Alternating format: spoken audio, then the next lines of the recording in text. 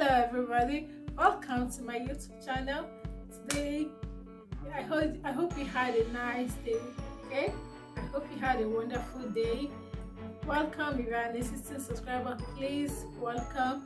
If you are new to my channel, please subscribe. Alright, okay, so now we're gonna be discussing about IELTS reading. How did I get an 8.5 in my IELTS? Oh my god. Yes, even when I was nursing my baby, I was able to get an 8.5 in my IELTS reading. And now I am going to share with you the tricks and the tips that helped me, and I think will also help you guys too. Alright, so please chill with me, grab a cup of coffee, and let's go there. Okay, now guys, before we go over to the tips, I'm going to let you through the broad overview of IELTS reading rather. IELTS reading is one of the subsets of IELTS, alright? Okay, now you're expected to read three long passages. You're expected to answer the questions that follow them. Okay, so now you just have 60 minutes.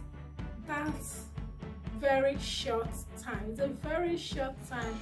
The time is limited, so you really need to practice to get used to the time.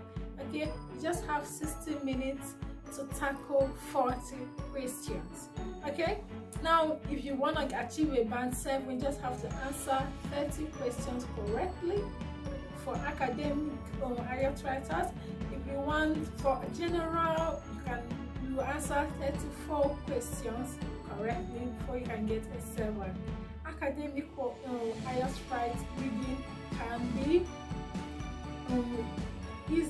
be difficult than the general, but you have to answer more in order to get to band 7. Okay, so whichever one you are using, computer-based or paper-based, the tricks can work for you. Okay, so now you have 60 minutes. Yes, now you have 3 long passages to read and answer the questions. For general, you have 5 short passages. Okay, so now having said that, now I'm gonna let you know the tricks. The most important tricks here is time. Time management is very, very important in IELTS. These guys really have to manage your time. That 1 hour is limited, but with constant practice, guys, you will get used to the time. You can even finish more than an hour. It happened to me, and it will happen to you. Let me tell you guys a story. When I first started practicing, I didn't finish IELTS before. I would just be in maybe 20 something. God, the time is over. It's just 1 hour. But what I did was, at first I forgot about the time entirely. I threw away my clock. I just focused on getting to know what I'm actually writing. What is this? What is this reading? What am I doing here? So I forgot about the time. I concentrated on getting the tricks that I need, what will work for me. I did that like for about maybe 2 weeks. Then when I was confident that I can do this, I can now time myself and I can monitor myself and do it. I timed myself and I started doing. I only get time when I'm in the practice in the lesson center, yes, where they time everybody. But when I am practicing on my own, I don't time myself for those 2 weeks. I think it was less than 2 weeks anyway. I can't really remember. Yes. Then when I got used to it, I now started timing myself. Okay, so now you're expected to finish under 1 hour. So how will you do that? I'm gonna let you know later. Okay, so the next thing you have to do is you have questions. Some people will advise to skim the passages before you read the question. I don't know, maybe it will work for you, fine. If it works, fine. But for me, I just like simple things. If you look at me, you know that I am just a simple young lady, so I don't like things that stress me too much. Right? So what I do is I don't skim the passages. I go over to the question, my dear, and I just look at the question. I look at the question. After reading, I read fast. So I quickly read the question, then I take note of the key points. Yes, each question has a keyword. For example, Emeka traveled to where? So now you know that your keyword, Emeka is your keyword, because Emeka is the subject, and now you are asking Emeka traveled to. So travel is also your keyword. Anything like travel, anything that means traveling to something, everything going to, yes, going, because now you have to use synonyms. So anything that has to do with traveling, you cannot paraphrase Emeka. There's no other synonym to Emeka than that Emeka, but you can paraphrase travel, and they can kill you there by just changing that travel. You're not going to see travel there, trust me. You just see another word. So now, as you have read the question, you have taken notes of the keywords there. You can use your pencil to underline the keywords. Then what I do, after taking notes of the keyword, I jump into my passage. Now I'm looking for Emeka. I am scanning to look for Emeka. What do I mean by scanning? You are reading so fast. You're using your eyes. I'm thinking of Emeka. Where did I see Emeka? Now you've seen Emeka. Now you're looking for where they mention that Emeka is going to somewhere. Emeka that is traveling to somewhere. Yes, you've seen where Emeka. So fast. That is how you do it. I don't skim before. I don't skim all the passages because I see that as a waste of time. I go over to the question, quickly read the question, understand the question, note the keywords, jump to my passage and look for the keyword there, searching for the answer. You see? So now, another thing I have to tell you guys is to use a pencil. Yes, use a pencil. You can easily clean. You can easily erase a mistake. If you find out that you are wrong, you can easily erase the mistake. All right? Okay, so that is why you use a pencil. Use a pencil to take note of the key points and the keywords. Okay, now you have 60 minutes. So you'll be asked that you have 20 minutes to write the passage 1, 20 minutes for passage 2, and 20 minutes for passage 3. But I advise that you use shorter time. You can use 15 minutes for the first passage. You can use even 16 minutes for the second passage. You can use maybe 17 for the third passage. Then you have 3 more minutes, or even more than 3 minutes. How many minutes left to go over your answers and checking for everything that is wrong there and correcting everything, and even writing the ones that you've not written. Okay, so now I am advising you to, instead of using a whole 20 minutes in passage 1, because passage 1 is simplest, followed by passage 2. Passage 3 is often the hardest. So instead of just using a whole 20 minutes in this simplest one, it's better you just use a shorter time there. So practice to use a shorter time, finish it up in 15 minutes or less if you can, then go on like that. In that case, you have ample time to go over your work and check for mistakes. Yes, so that is the next tip. The fourth tip I'm gonna tell you now is to understand what you are asked to do. Understand what you are asked to do. Now this is where you take note of word count. Most times they will say, do not write more than 3 words. Do not write more than 4 words. Do not write more than one number. Maybe they can tell you do not write more than a number or a word. So now you know the word counts. It will help you a lot. So read the question, they'll always write it there.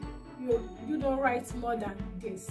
So it will help you so that you don't write more than, because if you write more than that, they can fail you for that. If you write more than, maybe if you're asked to write 4 and you write more than 4 words, they can fail you and you will get the wrong answer.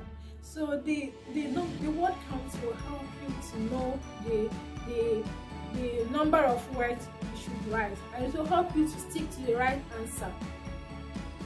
Right? Okay. So another thing is practice all question types. Yes, do not say that true and false is more difficult for me, so I should neglect true and false not given. No. I know that true, false, not given can be a challenging question type for most people, yes, including me at some point, but you shouldn't throw it away, you shouldn't neglect it because it's difficult. Practice makes perfect, as they say, so please practice all question types. And in the same way, you shouldn't neglect the most difficult one. You should not also neglect the most easiest ones just simply because you think you know it. No, practice all questions, practice everything. Okay, so now the next thing is, please guys, no blank boxes. Yes, you are not marked wrong for any wrong answer, guys. Our advice that you attempt all questions. But anyway, however, if you think that your question, the answer is getting so difficult to get, you can skip that one, but be sure you are coming back to it after. That's why you have to be fast so that you can finish before time. You have enough time to go over and start over to check your correct and your answers and cancel the wrong ones. So please, they're not marking you down for not writing an answer. Even if you leave an answer, leave it blank, you are not marked down, but I advise that you write it. Let me let you through a story. When I was in the exam hall writing my IELTS, during the reading part, I couldn't get an answer. You know, as you are trying to rush down fast, you're trying to rush down before the time chokes you, and you may not get all the answer, you may not see clearly that time. So I didn't see clearly, I didn't see the answer. The answers were there, but I didn't see them. So I think I left like three numbers blank. I left them and I continued. I finished before an hour and I had time to go over.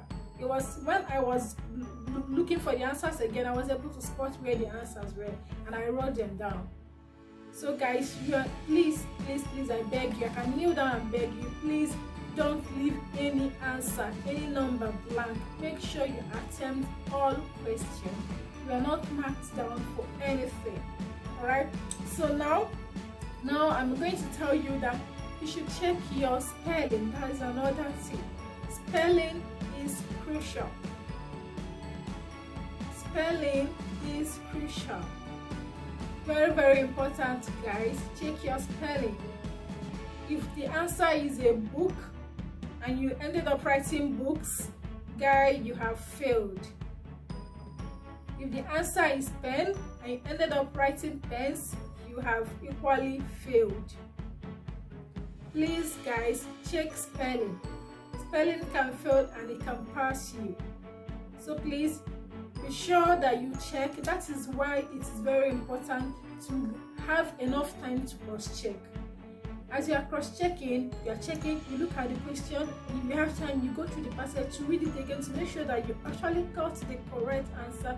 Then you check the spelling. Am I right or am I wrong? Spelling is very important. If you don't spell a particular word or country very well, you are marked down. The word is already another word, it's not the answer. I'm sorry, that is it's not the answer. Okay, so guys, please, you have to be very fast when you're doing this. You really have to be very, very fast. Okay, now you have to choose your own technique. That's another tip. Why do you have to choose your own technique? I can be in the camera saying everything, giving you my tips, giving you my tricks, trying to kill myself that I'm trying to make it good for you, make you understand how to write it well. And after listening to me, listening to everything I'm talking about, and you try to use my method to do your own practice, and you end up not getting it with my method. It is very important. It is very possible that you, after our distance, after how many minutes of staying in front of the screen and talking to you guys, my method may not be easy for you. You may not find it helpful. It's possible, guys. That is why you need to get your own technique. You read this one, apply the technique.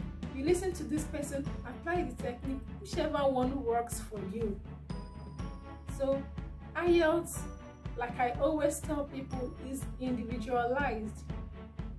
Yes, you can have the best teacher. The best teacher can only mold you, but he is not going to write for you. He's not going to write for you. After everything, your own tip will help you. So please, everyone is different when it comes to IELTS. There can be a tip that works for you. That tip may not work for someone else. So please, practice, and know which one works for you and stick to it. Yes, when I was doing my practice, I listened to one video online, and it was a very good video. Yes, the tutor taught very well. So I tried to apply the formula, and it didn't work for me. I wasn't finishing in time, and I wasn't getting the answer. So why do I stick to it? So I had to change. So guys, it's very, very important. Just like I'm talking about scheming. Some people scheme and it works for them. They just get the answer. And for me, it doesn't. I think I see it as a waste of time. It doesn't work for me. It doesn't. It doesn't work for me. Okay, guys, that is it. So please, this is very, very, very, very important. Okay. So now you have to take note of unfamiliar words. Most times they are the key points. The key words you are looking for. If you see any words that you think there are two, maybe the grammar is one high sounding vocabulary, please note it down. Note it down. Yes, please guys, note it down. It's very, very important. Note it down. Okay, now you should know that IELTS is symmetrical. The answers are symmetrical. It follows that order. You cannot find the answer of number 1 in first paragraph and find the answer of number 2 in the last paragraph. No. Or maybe the answer of number 3 again in the second paragraph. It doesn't work like that. So once you get the answer of number 1 in that first paragraph, the answer of number 2 is close by. Just maybe below it. It's just below it. So please, IELTS is symmetrical. The answers are arranged in a symmetrical order, in an ascending order. You cannot just find number 1 answer in the first paragraph and find number 2 answer in the last part. It doesn't work like that. So sometimes people, you will say you do not see the answer, you don't see the answer, and you be scanning and scanning. Once you leave that paragraph and you go to paragraph 3, you may not find the answer in paragraph 3. Let me tell you something. Sometimes what I do is I read number 1 question, and I read number 2 question, and I read number 3 question. Okay, I can read number 1 question and read number 2 question at the same time if I'm about to write. When I read the number 1 question, I will take note of, I will know number 1 question. I will have it in my brain. Then I still read the number 2 question. I will still have it on the other side of my brain. Then, as I'm going to the passages, I quickly look for the passages. I've taken notes of the key points in number 1. I've taken notes of the key points in number 2. Now, I am looking for the answers, but I'm more interested in number 1 question. I don't know if you understand. I am more interested in number 1 question, but I still have number 2 question somewhere. So now I am looking for it. Peradventure, I continued looking, and I see the answer of number 1 question, number 2 question, before I find the answer of number 1. Now it will let me know that number 1 question is before that. Number 1 answer is before that one, because I have seen number 2 answer without seeing number 1 answer. That means I did not look very well. I cannot see number 1 answer after I have seen number 2 answer. No. So that is why it works for me that I always read 2 questions at a time. Number 1 and maybe number 1 or number 2. I'm interested in number 1, but I still have number 2 somewhere. I still know the key points in number 2. So I am reading. As I'm reading, I am checking for number 1. I am also checking for number 2, but more interested in number 1. So as I'm checking, maybe I didn't see number 1 answer, but I've seen number 2 answer. So I can just write number 2, but I am going to stop there. What I have to do is I have to go back again and read the passages from the beginning, because number 1 answer should be before number 2. That is what I mean. So that is what I do. So IELTS answers questions are symmetrical. They are symmetrical. Okay. Now another thing that you have to take note of is that there's a paragraph. You're given paragraphs in each passage. So each paragraph, the first and the second sentence should be the introduction. The first and the second sentences should be the introduction, while the last sentences in the paragraph should be the summary. So most times if you want to know, for example, this paragraph on maybe finding the paragraph or matching headings, most times if you note the key points very well of the paragraph that you want you to match to,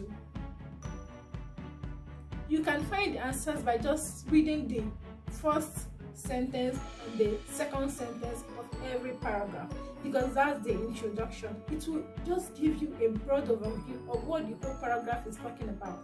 It's just like a lead sentence. The first paragraph is just like a lead sentence. Do you understand? So please, most times you can always find the answers in those first, or it can give you the link of what they are actually talking about there. So that is how it is. So you have to read the first paragraph and the first sentence and second sentence. Read it, understand it very well. It can give you an insight of what the whole paragraph is talking about. Okay guys, this is all about IELTS reading. In the next video, I'm going to be talking about other tips, other things, maybe all these question types. I'm going to let you all through all the question types, and we'll tackle them together and we'll see how we're going to overcome them, overcome failure in IELTS. Alright? Okay, now I'll just briefly give you an overall of the tips and tricks. First thing is the time.